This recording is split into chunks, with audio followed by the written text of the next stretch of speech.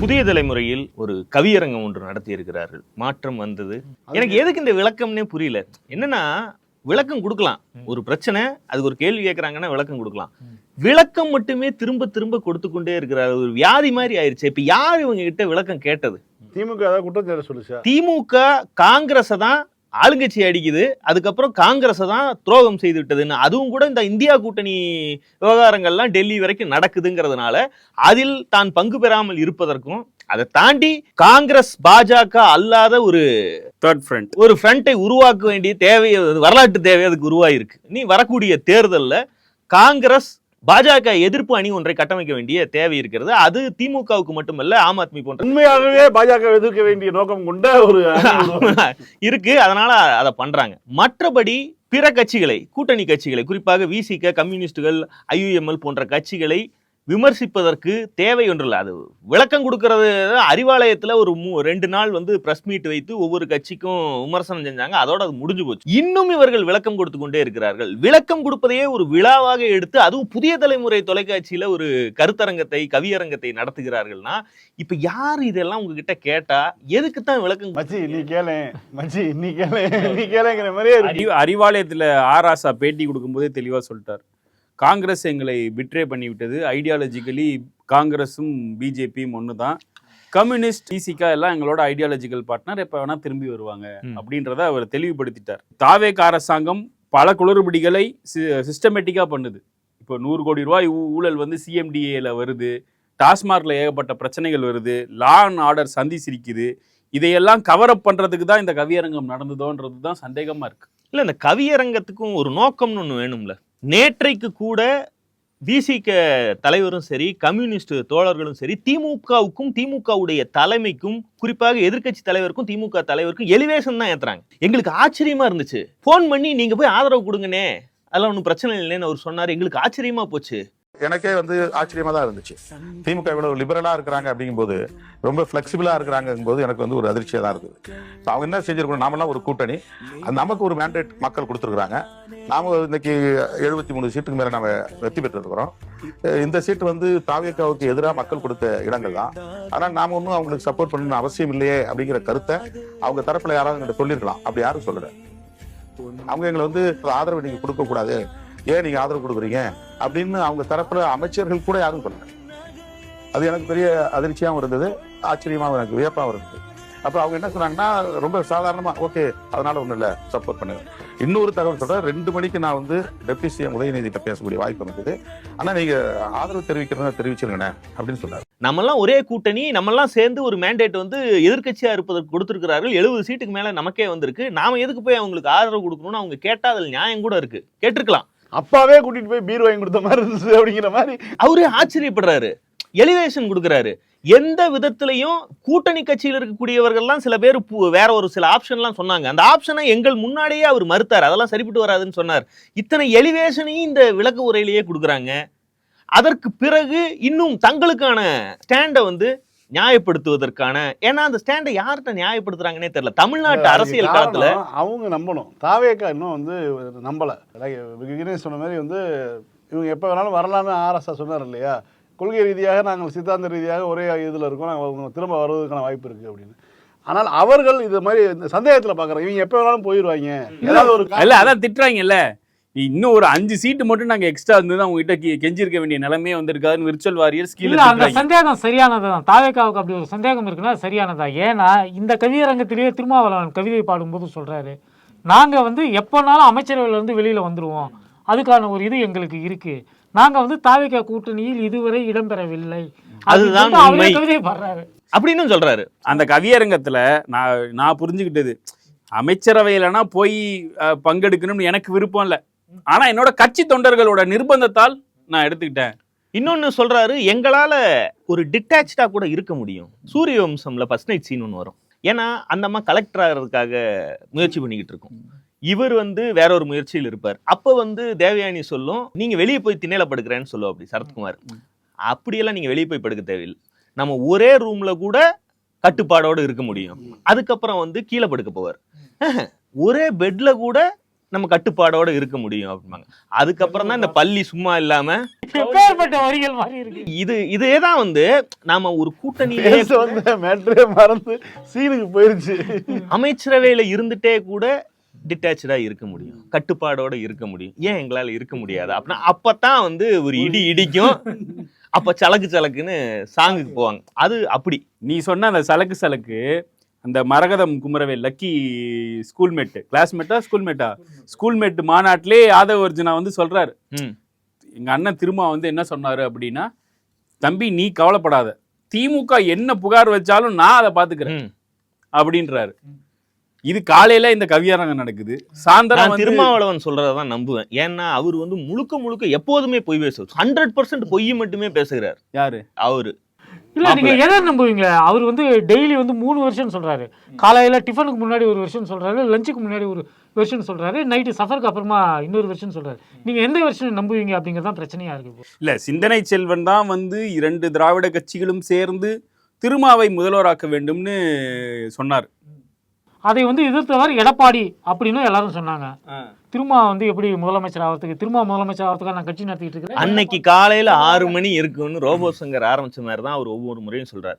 நீங்க சொல்ற மாதிரி ஆதவ அர்ஜுனா, அமைச்சர் ஆதவ அர்ஜுனா அவர் என்ன சொல்றாருன்னா, என்கிட்ட உறுதி அளிச்சிருக்காரு, திமுக சொல்லக்கூடிய புகார்களுக்கெல்லாம் நான் பதிலடி கொடுக்குறேன் தம்பி, நீங்க உட்காருங்க தம்பி அப்படின்னு என்கிட்ட உறுதி அளிச்சு பதிலடி இது அதுதான் இதுவா, அந்த பதிலடி தான் இதுவான்னு தெரியல. இவர் என்ன சொல்றாரு, நாங்க எப்ப வேணாலும் வெளியே வந்துருவோம், நாங்க வந்து கட்டுப்பாடோட தான் இருக்கோம், தனி மனித ஒழுக்கத்தோட தான் இந்த கூட்டணியில நாங்க பயணிக்கிறோம் அப்படின்லாம் இவரும் சொல்றாரு. இது என்ன கதை என்னன்னே புரிய மாட்டேங்குது. இவங்களுடைய மனதில் இருப்பதுதான் என்ன, நீங்க நம்பிக்கை வரணும் அப்படிங்கிறது கிட்டத்தட்ட அது மாதிரிதான்.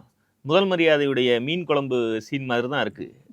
2 போர்டு, ரொம்ப ஒண்ணும் வேணாம் அப்படின்னு மீன் குழம்பின் சுவையும் விடேன் என்றதுங்கிற மாதிரி அவரு விளக்கம் சொல்லிட்டு இருக்காரு. நாமளும் பாக்குறோம், திரும்ப அதையே சொல்லி கொண்டு இருக்கிறாருன்னா இவர் மனதுக்குள் என்னதான் ஓடுது. அவரால் உண்மையே சொன்னா பிஜேபியோட அலையன்ஸ் வைக்காத 2 கட்சி தான் தமிழ்நாட்டில். ஒன்று கம்யூனிஸ்ட், இன்னொன்று வந்து காங்கிரஸ். மற்றபடி விசிகாவுமே ஏற்கனவே வச்சது. நம்ம முதல்ல வச்சது திமுக எப்போ கூட்டணியோட இருந்ததோ அப்பயே வந்து விசிகா வந்தது. 98 வச்சுட்டாங்களே. அதுதான் சொல்றேன். அதை அவர் எப்படி சொல்லுவார்னா, நாங்கள் திமுகவுடன் கூட்டணி வைத்திருந்தோம், திமுக பாஜகவுடன் கூட்டணி இருந்தது, விசிகா பாஜக கூட்டணி இல்லைன்றதை எப்பயுமே அப்படி சொல்லுவார். சரி சொல்லிட்டு போன்னு விட்டாச்சு. இப்போ அவர் சொல்றது என்னன்னா, நான் வந்து விஜயையும் சீமானையும் RSS பிள்ளை அப்படின்னு நான் சொன்னேன், அவர்கிட்டே போய் நான் விளக்கம் கேட்டேன், இல்லன்னு சொல்லிட்டாரு. அவர் வந்து சமூக நீதி நாங்க அப்படி இல்லைன்னு சொன்னாரு, நாங்க நம்பிட்டோம். இப்ப சீமான் மட்டும் வந்து நாங்க சமூக நீதிக்கு எதிராக செயல்படும் சொல்லுவாரா? ஹைப்போதெட்டிக்கலி நான் என்ன கேக்குறேன், அண்ணாமலை இப்ப கட்சி ஆரம்பிக்கிறாப்படி, அண்ணாமலையை ஊருக்கு முன்னாடி நீங்க இப்ப RSS பிள்ளை, RSS உடைய அஜெண்டாவில் தான் நீங்க கட்சி ஆரம்பிக்கிறீங்கன்னு சொல்றீங்க. இப்ப அண்ணாமலையும் வந்து அப்படி எல்லாம் இல்லனே அப்படின்னு சொன்னா அதையும் ஏத்துக்குவாரா? அவ்வளவு பெரிய பரந்த மனப்பான்மை இருக்கா? இதையெல்லாம் தாண்டி இவர் விஜயை RSS பிள்ளை அப்படின்னு சொன்னதற்கு காரணம் என்ன? சும்மா அவர் முகத்தை பார்த்தா RSS பிள்ளை ஜாட தெரியுது அப்படின்னு சொன்னாரு. அப்படி இல்ல கூட வைக்கல, இப்பதான் வைக்கிறாரு. அப்பவே அவருக்கு அதுக்கு காரணங்களை பட்டியலிட்டாரு. அவரிடம் பாஜக எதிர்ப்பு செயல் திட்டம் இல்லை, திமுக கூட்டணியை பலவீனப்படுத்தக்கூடிய ஒரே நோக்கம் தான் தெரிகிறது, திமுகவை எதிர்ப்பது மட்டும்தான் அவருடைய கட்சியுடைய ஒரே கொள்கையாக இருக்கிறது, பாஜகவுடைய எந்த திட்டத்தை பற்றியும் அவர் எதிர்ப்பு தெரிவிப்பதில்லை, அவருடைய இந்துத்துவ செயல்பாடு தமிழ்நாட்டில் திருப்பரங்குன்ற மாதிரியான விவகாரங்களில் நடக்கும்போது அதில் நிலைப்பாடே எடுக்காமல் நகர்ந்து நின்று கொள்கிறார். இதையெல்லாம் வைத்து சொல்லுகிறேன், இவர் RSS பிள்ளை என்று சொன்னார். ஓகேவா? இப்ப இவர் சொல்லக்கூடிய அத்தனை குற்றச்சாட்டுகளும் இன்னும் உயிரோடு இருக்கின்றன. இதுல இப்ப நான் அப்படியே இருக்கு. 1 மாதம் ஆட்சி நடத்தி இருக்காரு. இந்த 1 மாதத்துல இப்ப நான் சொன்ன பட்டியலிட்ட திருமாவளவன் விஜயை எதற்காக RSS பிள்ளை என்று சொன்னாரோ அந்த காரணங்கள் ஏதாவது ஒன்று மாறி இருக்கா? எதுவுமே மாறல. ஆனா வந்து எனக்கு அவர் மேல இருக்க டவுட் போயிருச்சு, கிளியர் ஆயிருச்சுன்னா எப்போ அந்த பண்டிட்ட வந்து இந்தா போட்டோம்னா இவர் தானே ஃபர்ஸ்ட். அதுக்கு அவருக்கு ஒரு காரணம் சொல்றாரு. அவருக்கு மெஜாரிட்டி நம்பரை தொடர்றதுக்கு MLAக்கள் குறைவாக இருந்தது. அவரு நினைச்சிருந்தா பாஜக கூட்டணியை பார்த்து கண்ணடிச்சிருக்கலாம். அடிக்கலையே, அவர் எங்களை தானே கூப்பிட்டாரு. CV சண்முகத்தை பார்த்து அடிச்சது யார் வருவாங்கன்னு தெரிஞ்சு கூப்பிட்டுருக்கலாம். அதே NDAல இருந்து தானே ஒரு அணி உடஞ்சி வந்து உங்களுக்கு ஆதரவு தெரிவிச்சது. சோபா செட்டரோ அங்கதானே போனாரு. அவர் வந்து எல்லா பக்கமும் தான் கண்ணடிச்சாரு. அதிமுக பாஜக கூட்டணியிலிருந்து கூப்பிட்டா அவங்க MLA பதவியவே ராஜினாமா பண்ணிட்டு நேரடியாக வந்து கட்சியில சேருவதற்கே தயாரா இருக்கிறார்கள். நீங்க தான் கட்சியை விட்டு வரமாட்டோம், எம்எல்ஏ பதவியும் விட மாட்டோம், எங்களை கூட்டணியாவே சேர்த்துக்குங்கன்னு கேக்குறீங்க. அதனாலதான் உங்களை உங்க கட்சியோடு சேர்ந்து உங்க கட்சியிலிருந்து பெற்ற எம்எல்ஏ சீட்டோடய உங்களை சேர்த்துக்கிறார். மற்றபடி அதிமுகவிலிருந்து உங்கள எத்தனை பேர் மொத்தமா சேர்த்துங்களேன். காங்கிரஸ் கூட விடுங்க, அது ஒரு கட்சி இது பண்றதுக்கு ஒண்ணும் இல்லை. அவனுங்க வந்து தேர்தலுக்கு முன்பே போயிட்டானுங்க. தேர்தலுக்கு பிறகு போன தோழமை இயக்கங்கள்னு நீங்க எடுத்துக்கிட்டீங்கன்னா கம்யூனிஸ்டுகள்ல எத்தனை பேர் எம்எல்ஏக்கள், விசிகாவில் எத்தனை பேர் எம்எல்ஏக்கள்? எல்லாம் தலா 2 இந்த 8 பேர் தான் வந்து இப்படி கூட்டிட்டு போனது. மறுபக்கம் அவர் அதிமுக பாஜக கூட்டணியிலிருந்து தன்னுடைய ஆட்சிக்காக வாக்களிக்க வைத்தவர்களுடைய எண்ணிக்கை எத்தனை? அதிமுகவில் இருக்கும் பாஜகவுடைய பிரதான கூட்டணியின் தமிழ்நாட்டுக்கு தலைமையே அதிமுக தான். அந்த அதிமுகவிலிருந்து சி.வி. சண்முகம் 25 பேர் ஓட்டு போட்டாங்க. 25 பேரை ஓட்டு போட வச்சாங்க. நீங்க 8 பேர், அவங்க 25 பேரை ஓட்டு போட வச்சாங்க. பாமக அப்ஸ்டைன் பண்ணிருச்சு, யாருக்கும் வந்து ஆதரவு தெரிவிக்கல. இல்ல பாஜக மொத்த ஓட்டு இருந்தாலும் கூட அவங்களும் எதிர்த்தாங்க. சரி, அதுக்கப்புறம் இப்ப இந்த ஒரு கணக்குன்னு வச்சுக்கிட்டா கூட இது வந்து வாக்கெடுப்பு முடிஞ்சு போச்சு, சட்டமன்றத்துல இது நிரூபிச்சாச்சு. அதற்கு பிறகாவது நிப்பாட்டினாரா? உங்களை தான் சேர்த்தாச்சு, அவங்களையும் ஓட்டு போட வச்சாச்சு, ஆட்சி இன்னொரு 6 மாசத்துக்கு வாக்கோடு கொடுத்துருக்கு. அதாவது குடியரசுத் தலைவர் ஆட்சி இல்ல, தாவேக்கா ஆட்சி வந்துருச்சு. அதற்கு பிறகாவது சி.வி. சண்முகம் டீம்ல இருந்து அதிமுக தரப்பிலிருந்து ஆட்களை கழுதை வேரம் மூலமாக உறிஞ்சுவதை அவர்கள் நிறுத்தினார்களா? நிறுத்தல. அப்போ அதிமுக பாஜக கூட்டணிக்கு வாக்களித்த மக்களுடைய மேண்டேட்டையும் சேர்த்து வாங்குவதற்கான எல்லா வேலையும் இப்ப வரைக்கும் செஞ்சுட்டு இருக்கு. அப்ப உங்களுக்கு எப்படி அந்த டவுட் போச்சு? இல்ல இப்ப இடைத்தேர்தல் வரப்போகுது, இதெல்லாம் சும்மாவா வரப்போகுது? அங்க இருக்கிறவங்களுக்கு ஏதாவது ஆகிய இடைத்தேர்தல் வரப்போகுது. தாவேக்காவுடைய விளையாட்டு இதுல இல்லையா? குதிரை பேரம் சொல்றாங்க, ஆக்சுவலா அது வந்து கழுதை பேரம். இப்போ அதுல இருந்து மரகதம் குமாரவேல் போயிருக்கிறாங்க, மதுராந்தகம் தொகுதியை வந்து ராஜினாமா பண்ணிட்டு போயிருக்கிறாங்க. நேத்து கூட அந்த அம்மா மாண்புமிகு முதலமைச்சர் அண்ணன் எடப்பாடி அவர்கள் மேடையில சொல்றாங்க. அந்த லெவல்ல இருக்குது. இப்ப அம்பாசமுத்திரத்துல யார் நிக்க போறா? ஏன்னா அங்க கண்டெஸ்ட் பண்ணது காங்கிரஸ் விசில் வெஸ் ஏடிஎம்கே, வின் பண்ணது ஏடிஎம்கேவோட எசகி சுப்பையா. இப்ப அங்க யார் காங்கிரஸ் கூட்டணி கொடுப்பாரா இல்ல எசகி சுப்பையாவே நிப்பாரா? இப்ப எதுக்கெடுத்தாலும் மான மரியாதை எதிர்பார்க்கக்கூடிய மாணிக்கம் தாகூர் எந்த சைடு கொடுப்பாரு புரியலையே. இந்த கொஸ்டின்லாம் வேற. இன்னொரு குறிப்பா இன்னொன்னு கேக்குறாரு, திமுகவுடைய எதிர்க்கட்சியாக தாவேக்காவை அதனுடைய ஆட்சி லட்சணத்தை பேசாமல் மடைமாற்றுவதற்கு காலுக்குள்ளேயே ஓடிட்டு இருக்கிற வேலையை தான் இந்த நடவடிக்கைகள் மூலமாக, இது போன்ற கருத்தரங்கள் மூலமாக இந்த டாபிக்கை தொடர்ச்சியா அலைவாவே வைத்திருப்பதன் மூலமாக ஒரு சாதிக்கிறார்களா என்கிற கேள்வியும் ஒரு பக்கம் ஓடிட்டு இருக்கு. இன்னொன்னு, பாஜக எதிர்ப்பை தமிழ்நாட்டில் மழுங்கடிப்பதற்கு இந்த வேலையை பார்க்கிறார்களா? ஏன்னா டாபிக்லே இல்ல பாருங்க, அவனும் கம்முன்னு இருக்கான். இல்லப்ப இன்னைக்கு அண்ணாமலை ஒரு ஸ்டேட்மெண்ட் விட்டுருக்காரு இந்த கும்மிடி பூண்டியில நடந்த இன்சிடென்ட்டுக்கு. வட மாநிலத்தவர்கள் வந்து தமிழ்நாட்டில் அதிகம் இருப்பதால் தான் இத்தனை கிரைம்கள் நடக்குதோ அப்படின்னு கேக்குறது. இதை வந்து திமுகவே சொல்ல பயப்படுமே, ஏடிஎம்கே சொல்ல பயப்படுமே. அப்படிங்கிறப்போ அண்ணாமலை இந்த வார்த்தை சொல்றது, இது வந்து நமக்கு பிடிக்குதோ பிடிக்கலையோ, பப்ளிக்கு இந்த வருஷம் பிடிக்கும். அண்ணாமலை பேசுறானா, இது வந்து பேசி வச்சுட்டு நடக்கக்கூடிய இந்த கவியரங்கமும் அண்ணாமலை இப்படி பேசுறதும் வந்து ஏன் சசிகாந்த் செந்திலுக்கு சிவகங்கையில இருந்து ஒருத்தர் வந்து வேட்பாளர் போடும்போதே தெரியலையா? நீங்க அனுபவப்பட்டு தான் நம்ம விசிக தலைவருடைய ஸ்டேட்மெண்ட்லயே தெளிவா இருந்தது. இந்த ஒட்டுமொத்த உரையிலேயே எனக்கு தெளிவா தெரிஞ்சது என்னன்னா, எங்களுக்கு குழப்பமாக இருக்கிறது. அதுல என்ன சொல்ல வர்றாருன்னா, இன்றைக்கு தாவேக்கா ஆட்சியில் இருக்கிறது, நாங்கள் விரும்பியோ விரும்பாமலோ அந்த கூட்டணியில ஒன்னா சேர்ந்துட்டோம், எங்களால அந்த ஆட்சியை எதிர்த்து பேச முடியாது. இப்ப தாவேக்கா ஆட்சியை எதிர்த்து யார் அரசியல் செய்ய போகிறார்கள்? ஒரு பக்கம் திமுக அபிஷியல் எதிர்க்கட்சியாக இருக்கிறது, மறுபக்கம் அதிமுக இருக்கிறது, சீமான் இருக்கிறார், புதிதாக அண்ணாமலை வந்திருக்கிறார். இவர்களில் யார் தாவேக்காவை எதிர்த்து அரசியல் செய்ய போகிறார்கள் என்கிற குழப்பம் எங்களுக்கு இருக்கிறது. எனக்கு அதுக்கு விடை தெரியல. அவர் பாருங்க, இதை தாண்டி மேல ஒருத்தர் இருக்கிறான் பாஜக, அவங்ககிட்ட இடி இருக்குது, ஐடி இருக்குது, என்னென்னவோ துறைகள்லாம் இருக்குது.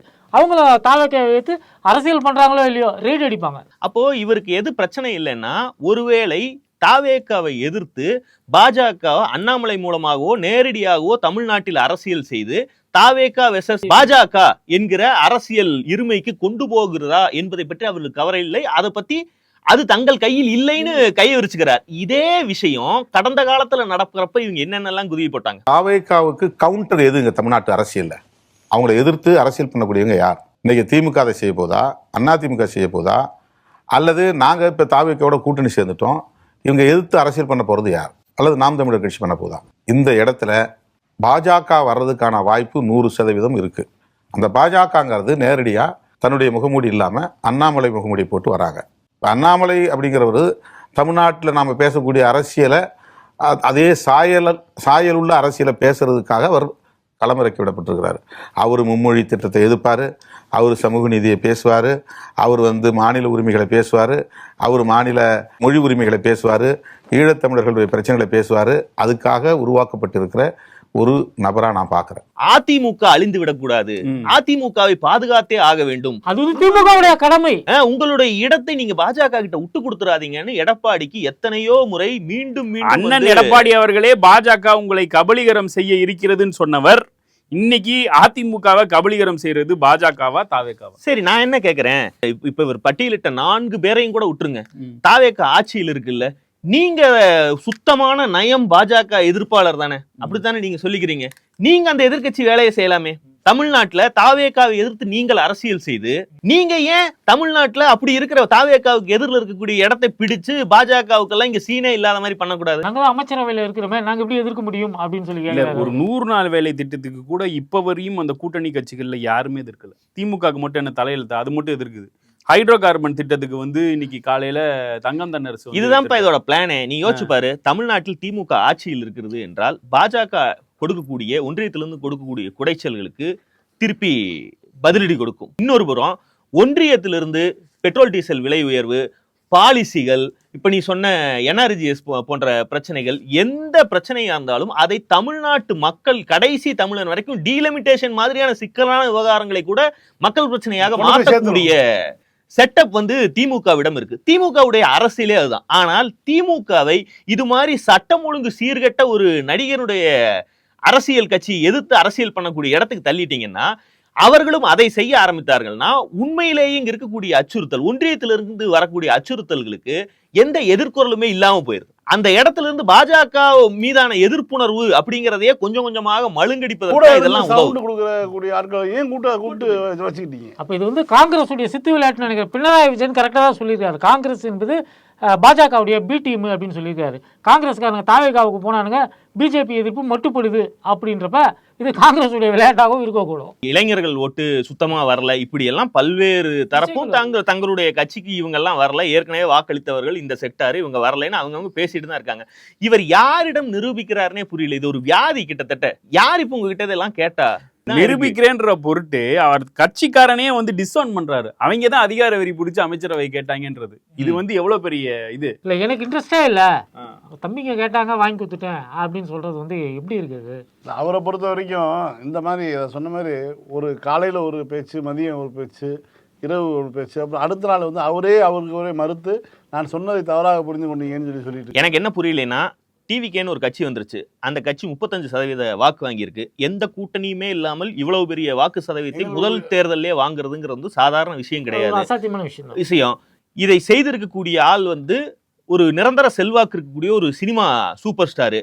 குறைந்தபட்சம் இவர்கிட்ட இருந்து அந்த கட்சியெல்லாம் யாரும் புடுங்கி உடச்சிட்டு போறதெல்லாம் கிடையாது. நீங்க நம்பிக்கையோடு இன்னொரு 10 வருஷத்துக்காவது அவங்கள நம்பி ஒரு கூட்டணியில பயணிக்கலாம். தாவேகா தான் தன்னுடைய வாக்கு சதவீதத்தை எடுத்துக்கொண்டு போயிருக்குதுன்னு அவர் நம்பலான்னு சரி, நம்பலாட்டியும் சரி. அங்க போகிறது அவரே சொல்லிட்டாரு, இது பாஜக எதிர்ப்பணின்னு. இப்ப எனக்கு டவுட் கிளியர் ஆயிருச்சு. அவர் RSS சாயல் தான் இருக்கே தவிர அவர் பிள்ளை கிடையாது அப்படின்னு நீங்க சொல்லிட்டீங்க. அப்போ முழு மனதோடு போய் அங்க போய் உட்கார வேண்டியதானே. அதையும் தடுத்து கொண்டு நீங்க நேரடியா போய் திமுக திட்டவே ஆரம்பிச்சிடலாமே.